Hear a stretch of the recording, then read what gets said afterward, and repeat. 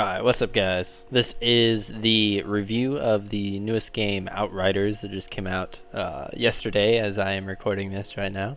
So far, is what I've seen, is that it has really good gunplay. The character customization is slightly lacking. Slightly. I mean, it has better options than a lot of newer games that have came out recently. But I think it has a lot of room for improvement. There is no like body sliders, nothing like that. All you can do is really change your face and your hair, eye color. It's pretty much it. Hopefully we'll get some more in the future.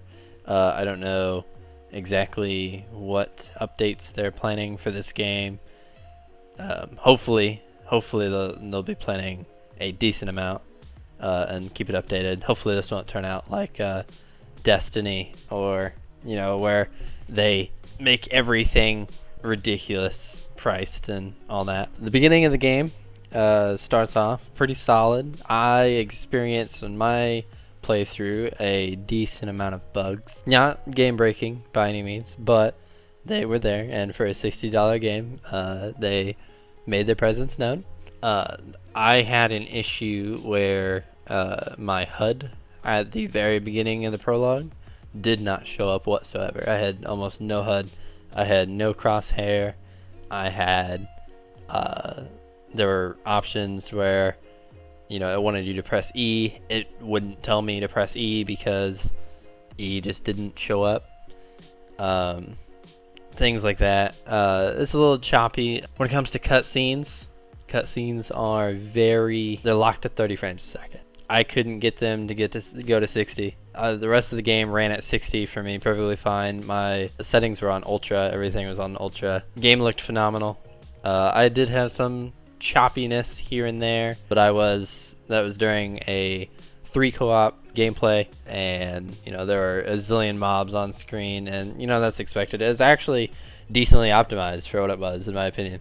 But overall, I would say this game is definitely worth the money. If you are super big and creating your character and all that, the classes, I think there's 4 classes: Devastator, Trickster, Pyromancer, and Technomancer. I think they're all amazing. You can make them and whatever you want. They have a giant tech tree with zillions of different skills that you can level up and carve your character into a character that you actually want to play. The guns are all loot based. It's a lot like Borderlands. You can get a bunch of the same gun modified slightly. It does more damage than the other, which it hit or miss whether you like that or not.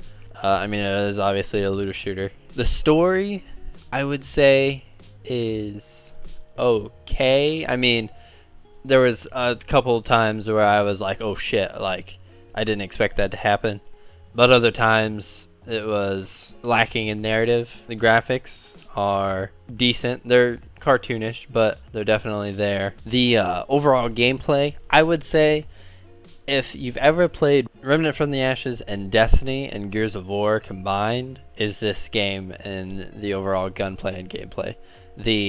All of the class abilities seem to work very well. I was playing the Trickster throughout my playthrough, and I love the first 3 abilities. I don't know if I haven't leveled up enough to realize or to know what the other abilities are, but I do know that the first 3 are they come hand in hand perfectly. Like, one is you teleport, so you can teleport behind enemies like decent distance away. Then you can throw down an orb, which is essentially slows all of the enemies inside the orb down and slows all of the bullets entering the orb. And then you can do a knife slash, which does a ridiculous amount of damage and super cool skeleton animations.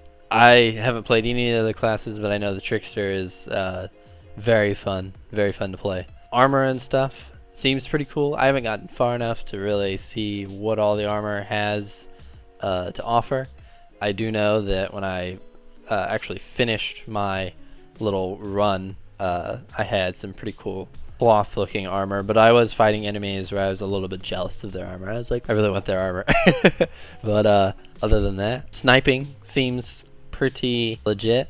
I know you can get some bolt action snipers in the game that when you aim down sights is actually a scope, and headshots are big crits, and it's actually pretty cool. Like the gore in this game is definitely, I would say, perfect almost.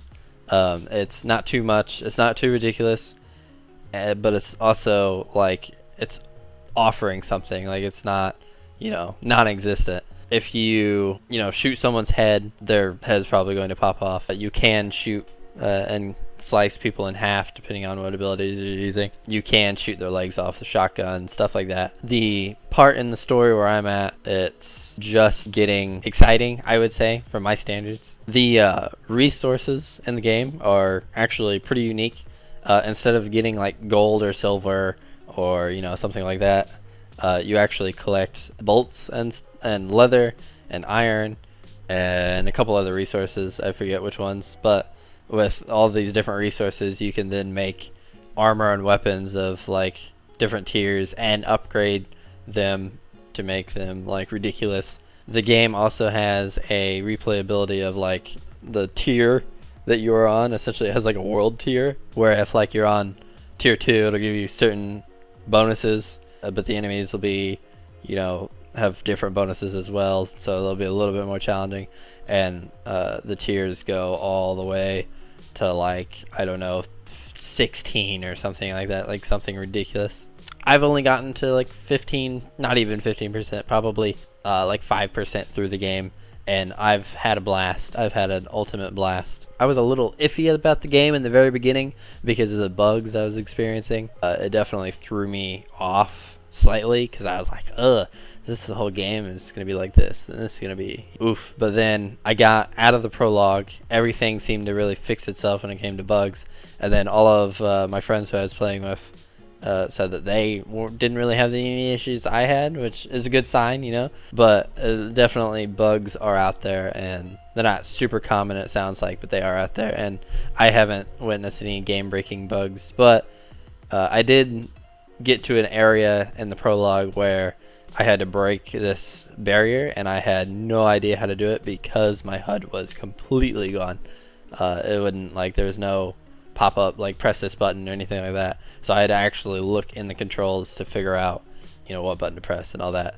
This is definitely a game that if you got a buddy or two buddies, in fact, that y'all can pick this up, have a probably 40 hours, if not more, of just raw entertainment. The dynamics and the gunplay and gameplay of all the 3 different characters, if you're all playing different classes, you can help each other out in different ways. Like your classes intermingle, if that's even a word, together to where their abilities actually help each other, if that makes sense. Definitely a game to play co-op. You can still play it single player, but this is definitely, in my opinion, a game where you really get to experience it the best when it's played in co-op. Another one of my dislikes of the game, and it's not that big of a dislike, but it is a dislike, is the fact of the controls. The control scheme is a little wonky. Like, control is dash and jump and climb and all that, and then space is your get behind cover, and it's a cover system almost identical to Gears of War. I might catch some hate for that, but it honestly is. Like, it's almost identical to Gears of War. In fact, the shotguns, the lever action shotguns and pump action shotguns remind me of the Nasher, and it's epic. There's nothing bad about it. It's awesome. If you're a Gears of War fan, you'll enjoy that aspect of the game. But when it comes to controls, like Q is the button, and this is obviously on PC. I am playing this on PC. Q is the button that you use to switch guns. You hold it to switch to pistols. You tap it to switch rifles and stuff. And obviously you can change, if you're on PC, you can change all of this in your settings. However, it is definitely something to nag about, I guess, that they could have did better. You can scroll wheel to switch guns, but you cannot scroll wheel to switch to your pistols, which is kind of, yeah. But I guess it makes a little bit of sense because your 1, 2, and 3, which would normally be your weapon selections on PC, are your abilities, and you can only have 3 abilities equipped at once. That's something to note. So it makes you pick, your abilities and all that.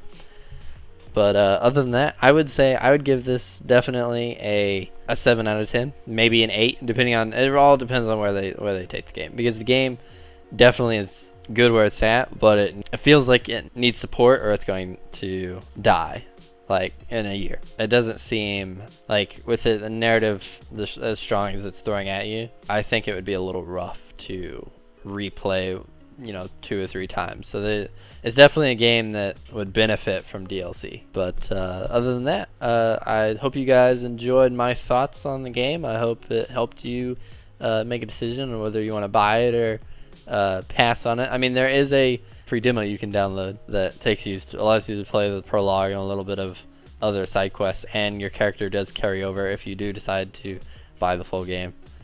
So that's super nice. But I should be uploading Tarkov like usual, continuing the Return of Tarkov series, or I might upload a GTA 5 RP 5M video, depends.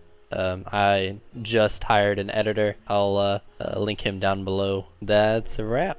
I'll see y'all in the next one. Alright, hope you guys enjoyed the video. Make sure you leave a like and a comment. It helps a ton. I will be uploading videos every Wednesday and Thursday, and there will be a stream every Friday, which you can check out over on my Facebook page. Link will be in the description, and I will see y'all in the next one.